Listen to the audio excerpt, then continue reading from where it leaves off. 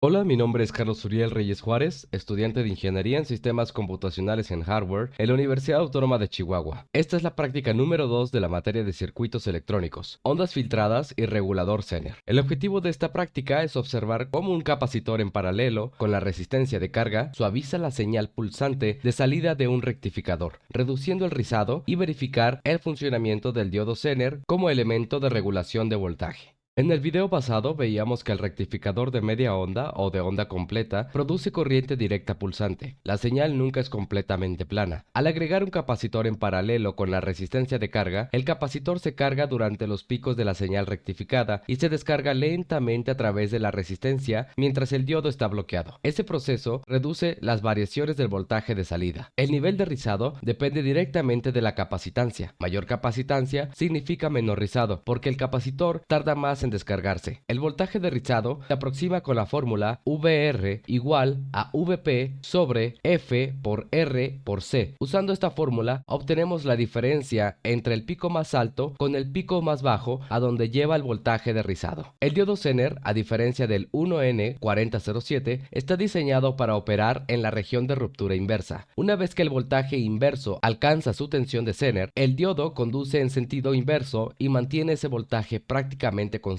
sin importar cuánta más corriente fluya. Y para entender todo esto de mejor manera, lo veremos en la práctica más adelante. Se emplean capacitores de 10 microfaradios y 100 microfaradios para comparar el efecto de filtrado. Con 10 microfaradios, el rizado es claramente visible en el osciloscopio. Con 100 microfaradios, el rizado se reduce de forma notable. Se seleccionaron estos dos valores porque su diferencia es suficientemente amplia para que el contraste sea evidente en la pantalla del osciloscopio, cumpliendo el objetivo didáctico de la práctica. La resistencia de 1000 ohms se usa como carga en los rectificadores porque limita la corriente a niveles seguros con una fuente de 10 volts, y esa misma resistencia de 1000 ohms limita la corriente en el circuito Zener para proteger el diodo. En la simulación se construyen 5 configuraciones: rectificador de media onda con el capacitor de 10 microfaradios, el rectificador de media onda con 100 microfaradios, el rectificador de onda completa con 10 microfaradios, el rectificador de media onda con 100 microfaradios y el regulador Zener. En el osciloscopio virtual se observa claramente que al pasar de 10 microfaradios a 100 microfaradios, la línea de salida se vuelve más plana. En onda completa, la frecuencia de rizado es el doble que en media onda, por lo que el filtrado es más eficiente con el mismo capacitor. Asimismo, en la simulación del diodo Zener se observa cómo la resistencia de 1000 ohms se queda con el restante del voltaje que entra en la fuente, por lo cual podemos decir que el voltaje de ruptura es el que se percibe como nuestro regulador.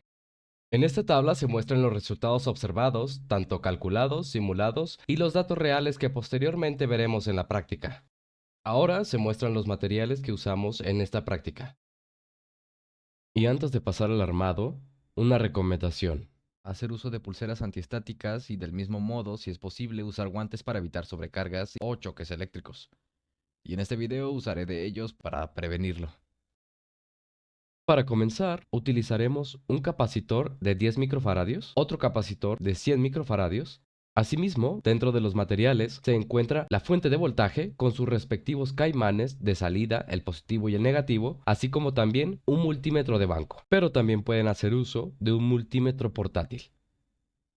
Como nosotros ya habíamos armado anteriormente el circuito de media onda, lo que procederemos a hacer es simplemente colocar el capacitor correspondiente. En este caso, comenzaremos con el de 10 microfaradios y posteriormente con el de 100 microfaradios. Muy bien, entonces tomamos el capacitor de 10 microfaradios y procederemos a conectarlo. En este caso, yo me equivoqué al conectarlo, debido a que lo coloqué de forma inversa, lo cual en este caso no ocurre ningún problema. Sin embargo, debemos de colocarlo conforme se indica el señalamiento del positivo y del negativo en el capacitor. Entonces, para conectarlo, la pata positiva debe de ir en el nodo donde se encuentra la resistencia de 1000 ohms y el negativo del diodo, y la parte negativa irá en otro canal, donde posteriormente conectaremos un jumper directamente hasta tierra. De esta forma, tenemos que el capacitor se encuentra en paralelo junto con la resistencia. Ahora bien, con la fuente apagada, tomamos los caimanes, en este caso el positivo y el negativo, y los conectaremos en su correspondiente, es decir, positivo con positivo y negativo con negativo. Luego de eso, tomamos la punta de nuestro primer osciloscopio y conectaremos la punta en la resistencia y la tierra en la otra pata de la resistencia, como se puede ver en el video. Y hacemos lo mismo con la punta del segundo osciloscopio. La punta va directo a nuestro positivo y la tierra, es decir, el negativo del osciloscopio, va al negativo donde se encuentra la fuente, así como se muestra en el video. Finalmente, así es como se encuentran las conexiones. Luego de eso, damos salida a nuestra fuente de señales y finalmente en el osciloscopio podemos ver la caída filtrada, es decir, la caída que emite el capacitor. El capacitor se carga, una vez que se deja de alimentar el circuito, el capacitor deja caer la poca carga que tenía y se hace ver como si fuera una especie de rampa o una pendiente, no dejando de lado al osciloscopio que está midiendo la fuente de señales. Y ahora bien, cambiamos de capacitor. Antes teníamos el de 10 microfaradios y ahora estamos usando el de 100 microfaradios. Como podemos apreciar, el rizado ahora parece casi una línea. Es debido a que el capacitor tarda más en descargarse. Ahora bien, pasando con el rectificador de onda completa, usamos el mismo modelo que usamos en el video anterior. Para esto, simplemente conectamos el capacitor de 10 microfaradios o, en el caso posterior, el de 100 microfaradios en paralelo junto con la resistencia, haciendo lo mismo que hicimos anteriormente con el rectificador de media onda. Entonces tomaremos nuestro capacitor de 10 microfaradios y lo conectaremos como ya sabemos. La pata del positivo del capacitor irá a una de las patas de la resistencia y la pata negativa del capacitor irá a la otra pata de la resistencia. De este modo lo hemos conectado de forma paralela. Luego de eso tomamos nuestros caimanes y como ya sabemos, positivo con positivo y negativo con negativo. De igual forma, las puntas del osciloscopio, como ya sabemos, la punta de medición a la fuente de señal y la tierra va al negativo. Y la otra punta del otro osciloscopio va a una pata de la resistencia y el negativo va a la otra pata de la resistencia, así como se muestra en el video. Luego de ello, damos salida a nuestra fuente de señales y como podemos apreciar en el osciloscopio, nos muestra un rizado con mucho más saltos, es decir, porque este lo hace el doble de veces, debido a que es el rectificador de onda completa. Asimismo, ya hemos conectado el capacitor de 100 microfaradios, en donde podemos apreciar que el rizado es prácticamente inapreciable.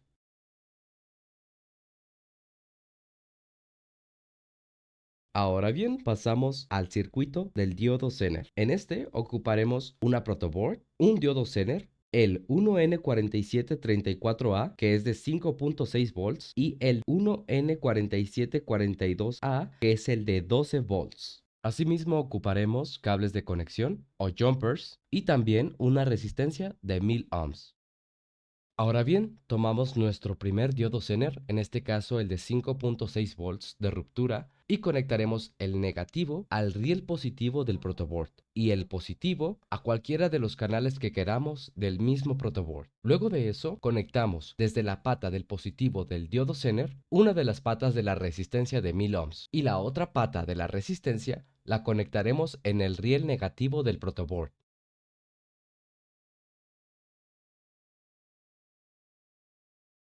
Lo que nos queda ahora por hacer es básicamente colocar las salidas de conexión para alimentar nuestro circuito.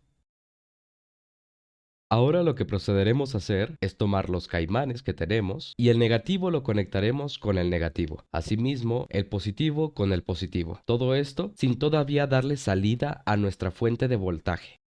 Ahora sí, damos salida a nuestra fuente de voltaje. En este caso, yo lo coloqué a 15.99 volts, es decir, a 16 volts.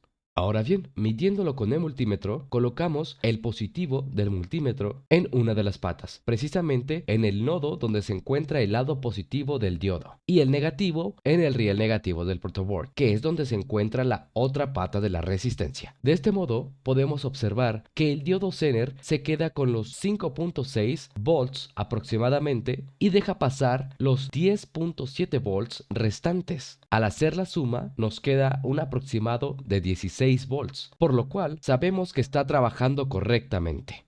Ahora simplemente cambiamos nuestro diodo Zener por el de 12 volts. Al usar el multímetro, obtenemos que los 12 volts son prácticamente precisos. Así es como podemos ver que tenemos 3.97 volts en el multímetro, es decir, lo que deja pasar el diodo Zener, porque el diodo Zener se queda con los 12 volts.